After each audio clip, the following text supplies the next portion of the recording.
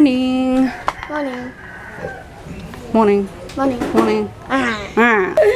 Ay, asan yung ano? Morning. Pismonero. Dito. Ayan yung ano ko, natanggal yung sandalan ng upuan ko. Babay guys. Antay mo nila sa baba. ID na naman, tingnan mo. Oh. Parang daddy mo talaga eh. Mahal na talaga. Diyos ko, walang pinagkaiba. At saan yung ID mo? Pareho. Alis ng ano. Walang ID. Walang ID. Walang coin purse. Walang... Ingat ah. Yeah. Love you. Love you. Ano pa nito? Bakit? Foundation ko. Hindi. Powder. Magpa-powder ka na din. Hindi, yung sa set ni... Ah. Birthday daw ng boss niya. Regaluhan niya daw lang. Nagsisip-sip to eh. Bribery is the key. Hindi, mabait kasi yung boss niya. Yun. Si Jollibee. Kagalibol. Jollibee. Si Jollibee Lani. Asan? Alin? Ay, yung... Dito. Saan ba yun? Ito? Hindi, dito ko lang nilagay yun. Balik mo to. Wait lang. Ito. Ito. May malalaglag dyan. Ayusin mo. I know. You don't. Ako eh. Kakamot ka, naka-extended na naman yung ano mo. Siko mo sa buba ko. Palis na ngayon sila nene, nagre-ready na sila sa taas. Malungkot na naman dito. Wala naman, tahimik. Uwi na naman si Pia. Piyang pangit. Hindi ko manonood ng Ariana Grande Ay, oo nga pala, love. sa 28. Malunod kami, Ariana Grande. Malunod kami ng Ariana Grande. Hindi mo na matigas yung ilong niya. Bakit matigas ba dati ilong niya? Oo. Eh, inaano muna eh. Ikaw nagpipisil-pisil lagi dyan eh. Yan, kaya mo yan, daddy. Go! Yan mo! Yung kargador style. Lagay mo sa ano mo. It just collapsed. Sabi sa iyo eh, mali yung pagkakatali mo eh. Ano yun, isa reseller ko, papa. Draft ko dala kila nene. Sa ano din, may vaisiha din. Yun. Kasi pag pinaship yun ng ano, sa Korea, sa LBC, just ko hinabot ng 1,000. At least doon ano, ang bayaran ko na lang sa parang sa Stribo, diba? Bayad na lang ako ng 200 sa driver. Laking tipid sa ano, shipping fee. Isa? Ayan na kayo kumain, mga bebots. Mga bebots. Bye! Bye! Uwi na naman sila. Bye! Pupunta kami doon ha, kuya. Huwag nang iiyak. Ingat. Hindi, nakuha mo yung papel doon? Binigay ko? Nandun yung ano yung ano, phone number ha? Sige, ingat. Nakakaloka. Nagugutom na ako. Tapos lumabas sana ako para bumili ng pagkain nga. Lutong ulam. Naikot ko na. Pero hindi ako dun sa pumunta sa unahan kasi mainit na eh.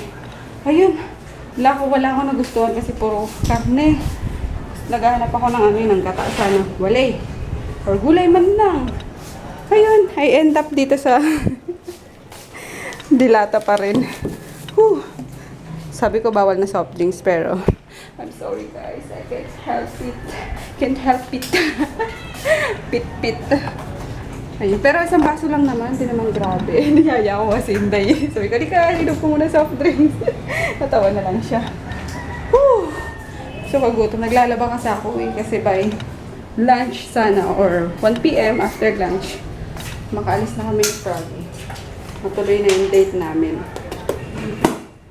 Movie date kami ni daddy kasi kahapon anniversary namin, hindi kami nakalabas eh. So yun, kailangan ko guys, tapos para matapos ko na yung yung labahan ko sa taas. Nabusog ako ng hindi ako masaya. Alam niyo yun guys, hindi naman sa ano, hindi sa nag-iinarte ah. Kasi sabihin naman ng iba na, puti ka nga nakakain eh. Alam niyo yun? Basta, di ba may, ano tayo, yung nabubusog tayo minsan na sa pagkain na, kasi gusto natin, di ba? Unlike nung, no choice kasi, kaya yun. Kailangan ko lang lagyan ng pagkain ng sikmura ko kasi nga, kailangan ng lagyan. Ayun. Ang may make sense. Basta, di ba Puchi? Di ba ganun yun, baby girl? Di ba pag hindi ka masaya sa food mo, no? Di ba? Nagtanong sa aso yun. Sa makausap. And guys, konti na lang. Pabanlaw na lang ako. And yung mga team na lang ni Froggy and itong mga ano niya daw. Mga sombrero. Ayan o, puro itim din. Ano ba itong lalaki ito? Nakakapagod ano. Yumuko muna. Oh, excuse me. Pero nabusog din naman ako kahit papaano. Hindi na umiikot yung paningin ko. Hindi kasi ako ngayon nag-breakfast ngayong mga nakaraang araw. Tapos na! Yay! Na-istorbo ko sila. Na-istorbo ko ba ang Puchi? Ah? Yan, namamabantay ko. Hi, Tipi! Thank you sa pagbabantay. Puchi! Ang Puchi-Puchi! Puchi-Puchi! Diyan ka muna. Balik tulog ka. Yun. Oh, 3 hamper pala yung ano. Laban ko. So, yan. 2 may iwan para pag nagtanggal ako bukas. Lagyan. So, yun. Let's go na, Grab. Tipi. Bye-bye. Bye-bye, Puchikoy. Hindi pa ikaw makasama sa baba. Ba't nakatulog ang Froggy Tot? Akala ko nag-ano siya, naglalaro. Ayan, kaya ko muna siya matulog at para makaano muna din ako makapagkuha ng orders. Sayang. Mga anak siguro kami alis mga 3 p.m. para hindi na masyado mainit. Sayang ang miles. Ikaw, ang yung palambo ko. Tada! Hindi nawawala ko lambo. Kahit nag-aano lang ako, kahit nag-take ako ng orders, ayan, meron ako. Lalagay ko lang siya dyan sa, sa upuan ko. Kiss ko yung paa ko. Yan, solve na ako, guys. Tapos sa sinihan, dinadala ko yan. Sabi ko sa inyo, grabe ako ka-addict sa sa Kulambo. Ang weird ano. Pero, sa mga nag-comment nga, kayo din may hilig. Ayun. Naintindihan niyo ko. Ayan. Sumisimple ka na naman, Groot. Baba. Simple ka na naman eh. Diyan nagsisimula yan eh. Yung pakandong-kandong. Aray ko. Oh, tinan niyo. Oh. Oh. Oh, kalahati agad ng katawan dyan, sus! Tapos mamaya, nakasampa na yan. Halika na. Yes, kami nintay. Punta kami sa clinic dyan sa sa clinic ng surgeon ko. Hingi pa ba ng second opinion? Second opinion siya. Kasi nagpa-ultrasound siya. May mga bukol daw sa matres. Tapos, tatanggalin daw yung right ovary niya. Eh, baka naman magawan pa ng paraan, diba? Yung matunaw yung mga bukol. Doon yata yung sinasabing, may pumutok na bukol. Baka magawa ng paraan, wag lang tanggalin. Diyos ko, kaloka. Hindi na magkakaanak mo, although may isa pang fallopian tube. Ovary ba? O fallopian tube? Ovary mismo? Eh, din lahat yan. May left ovary pa. Ay, di ba tube lang yun? Ovary ba yun? Ay, tulog sa tulog sa yung biology. Wala na to. Hindi ka na nga. Si Boy, dito ka naman kita. We're home. Ayun, i-admit si Inday kasi kailangan ng antibiotic daw for 2 to 3 days para hindi siya lagnatin at baka na daw yung parang Malignant. malignant ka naman dyan. So, yan. Pupunta na siya sa, sa ospital. Kuha lang siya ng gamit. Kuwawa naman. Buti na yung kaysa dun sa unang ospital na pinuntahan niya. Gusto operahin agad. Eh, itong pinuntahan namin, hindi naman daw kailangan. Baka madala daw sa, sa swero na may, ano ba yun? Ano ba yun? Sinabi ko kanina. Anti-intravenous. Wala na naman to sa wish you. Nakakainis. Huwag ka kaya kumain ng dala ko. Sabi ko na, hindi naman matutuloy yung lakad namin eh. Kaya ko na din naman lumabas pa. Kasi nga, ma-admit si Inday. Parang, nakaano naman na, siya nasa ospital kami, nasa mall. So, yun. Dito na lang kami mag-nood ng movie. May mga dinownload naman si Daddy. No? There's so much. Yeah.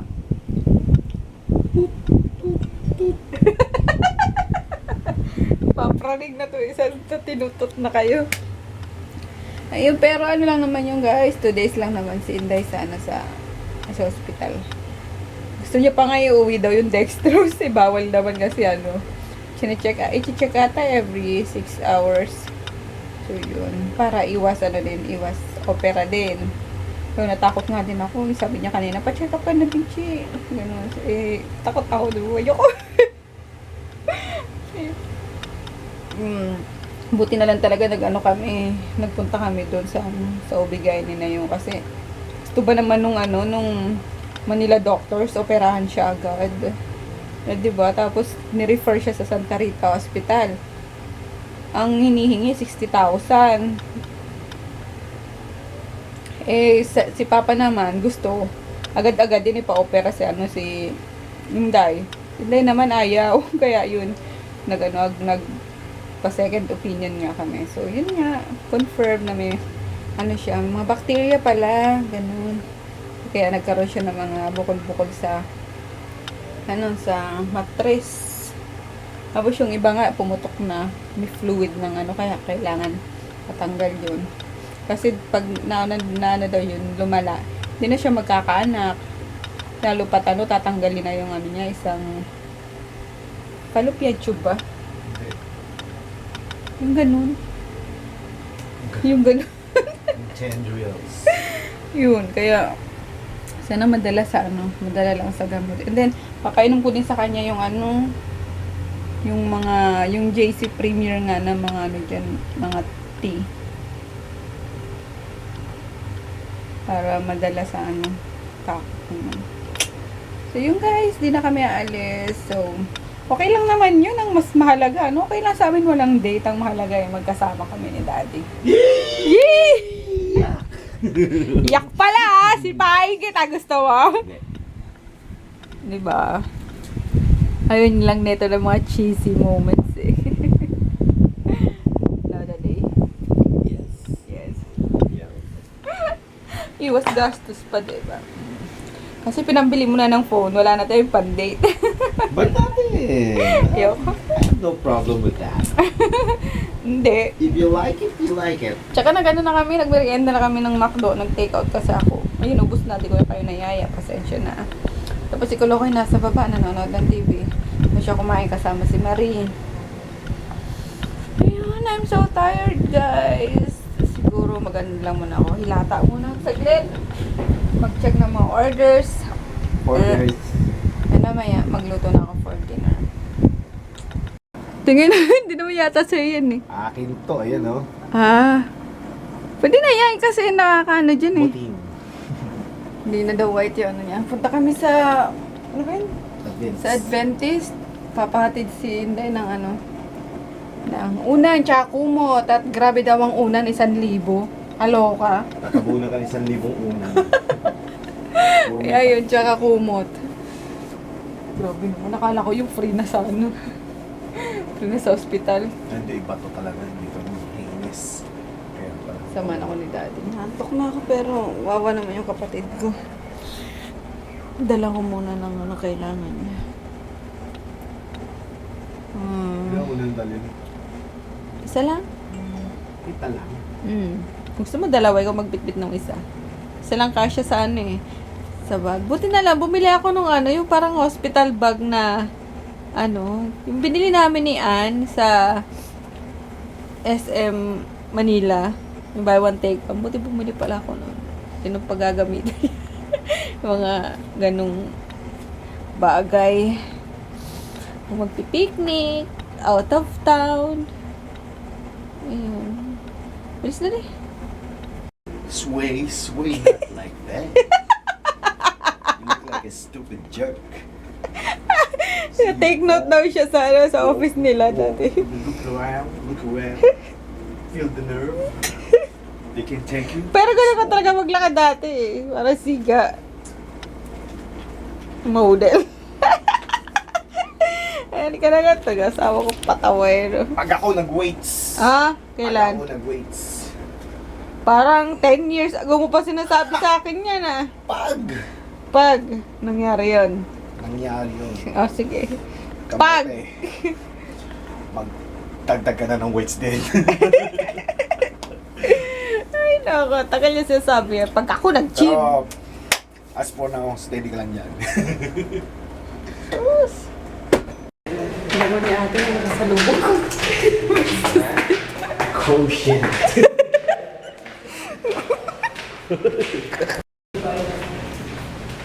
211 daw eh. Bastos talaga yun. Quotient. Quotient. 211. Doon. Pabalik tayo. Oo nga, papunta doon. 211. Ulit tayo. 211. Oo. Ito pala sa way na yun. Ikaw lang. Iwanan ko na sa resolution. Ito yung mayroon paglingon ko doon may katabi. Hello! Ano yan? Ubusin mo lang? May mga isosok pa dyan na antibiotic. Ano siya mga antibiotic? Una ni 1,000? Seryoso? Grabe. Sige, tulog ka na dyan. Pasyente.